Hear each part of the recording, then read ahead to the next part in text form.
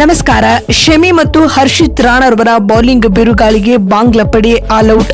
ವಿಶ್ವ ದಾಖಲೆ ನಿರ್ಮಿಸಿದರು ಮೊಹಮ್ಮದ್ ಶಮಿ. ಟೀಂ ಇಂಡಿಯಾಗೆ ಅಲ್ಪ ಮೊತ್ತದ ಟಾರ್ಗೆಟ್ ನೀಡಿತು ಬಾಂಗ್ಲಾ ಪಡೆ.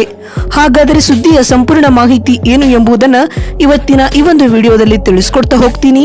ಆದ್ದರಿಂದ ದಯವಿಟ್ಟು ಈ ವಿಡಿಯೋವನ್ನು ಕೊನೆವರೆಗೂ ನೋಡಿ.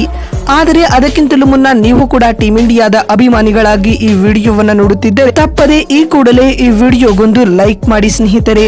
ಹೌದು, ದುಬೈನಲ್ಲಿ ನಡೆಯುತ್ತಿರುವ ಐಸಿಸಿ ಚಾಂಪಿಯನ್ಸ್ ಟ್ರೋಫಿಯ 2ನೇ ಪಂದ್ಯದಲ್ಲಿ ಬಾಂಗ್ಲಾ ತಂಡವು ಭಾರತದ ಬೌಲಿಂಗ್ ಬಿರುಗಾಳಿಗೆ ತತ್ತರಿಸಿ ಕೇವಲ 228 ರನ್ ಕಲೆ ಹಾಕಿ ಆಲ್ಔಟ್ ಆಗಿದೆ ಸ್ನೇಹಿತರೆ. ತಂಡದ ಪರ ಆಲ್ರೌಂಡರ್ ತೌಹಿದ್ ಹೃದಯ್ ರವರು ಶತಕ ಸಿಡಿಸಿ ಮಿಂಚಿದ್ದಾರೆ. ಎನ್ನುವುದಂತೆ ಟೀಂ ಇಂಡಿಯಾ ತಂಡದ ಪರ ಮೊಹಮ್ಮದ್ ಶಮಿ 5 ವಿಕೆಟ್ ಕಬಳಿಸಿ ವಿಶ್ವ ದಾಖಲೆ ನಿರ್ಮಿಸಿದ್ದಾರೆ ಸ್ನೇಹಿತರೆ. ದುಬೈನ ಅಂತಾರಾಷ್ಟ್ರೀಯ ಕ್ರೀಡಾಂಗಣದಲ್ಲಿ ನಡೆದ ಈ ಒಂದು ಪಂದ್ಯದಲ್ಲಿ ಟಾಸ್ ಗೆದ್ದಂತಹ ಬಾಂಗ್ಲಾ ತಂಡದ ನಾಯಕ ನಜ್ಮುಲ್ ಹುಸೇನ್ ಶಾಂಟೋ ಅವರು ಮೊದಲು ಬ್ಯಾಟಿಂಗ್ ಮಾಡುವ ಆಯ್ಕೆಯನ್ನು ಆಯ್ದುಕೊಳ್ಳುತ್ತಾರೆ. ಆದರೆ ನಾಯಕನ ನಿರ್ಧಾರವನ್ನು ಸಮರ್ಥಿಸಿಕೊಳ್ಳುವಂತೆ ಆರಂಭಿಕರು ಬ್ಯಾಟ್ ಬೇಸರಿಲ್ಲ.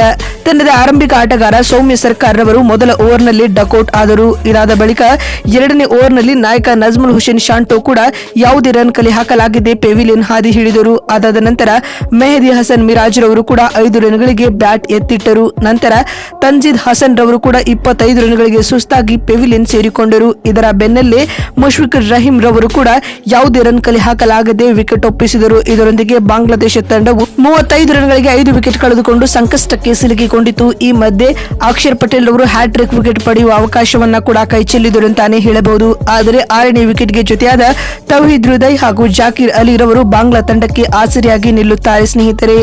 ಇದಲ್ಲದೆ ಇವರಿಬ್ಬರ ನಡುವೆ 6ನೇ ವಿಕೆಟ್ಗೆ ಬರೋಬ್ಬರಿ 154 ರನ್ಗಳ ಜೊತೆ ಆಟವೂ ಕೂಡ ಮೂಡಿ ಬರುತ್ತದೆ. ಈ ಮಧ್ಯೆ ಜಾಕಿರ್ ಅಲಿ ರವರು 114 ಎಸೆತಗಳಿಂದ ಅರ್ಧಶತಕ ಬಾರಿಸಿ 68 ರನ್ ಸಿಡಿಸಿ ಶಮೀರ್ ಅವರ ಬೌಲಿಂಗ್ ನಲ್ಲಿ ಕೊಹ್ಲಿಗೆ ಕ್ಯಾಚ್ ನೀಡಿ ವಿಕೆಟ್ ಒಪ್ಪಿಸಿದರು. ಅದಾದ ಬಳಿಕ ರಿಷಾದ್ ಹೌಸೈನ್ ರವರು 18 ರನ್ಗಳಿಗೆ ಪೆವಿಲಿಯನ್ ಹಾದಿ ಹಿಡಿದರು. ಆದರೆ ಮತ್ತೊಂದು ತುದಿಯಲ್ಲಿ ಒಂದೊಳ್ಳೆ ಆಂಕರ್ ಇನ್ನಿಂಗ್ಸ್ ಆಡಿದ ತೌಹಿದ್ ಹೃದಯ್ ರವರು 118 ಎಸೆತಗಳಿಂದ ಸ್ಫೋಟಕ ಶತಕ ಸಿಡಿಸಿ ಔಟ್ ಆದರು.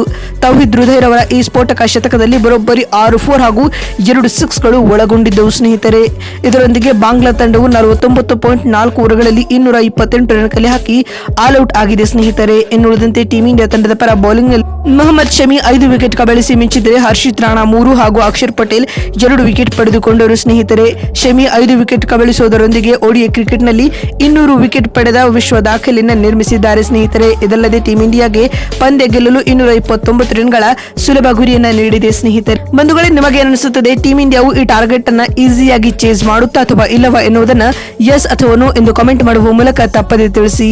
ಮತ್ತೊಂದು ವಿಡಿಯೋದಲ್ಲಿ ಸಿಗ್ತೀನಿ. ಅಲ್ಲಿವರೆಗೂ ನಮಸ್ಕಾರ, ಧನ್ಯವಾದಗಳು.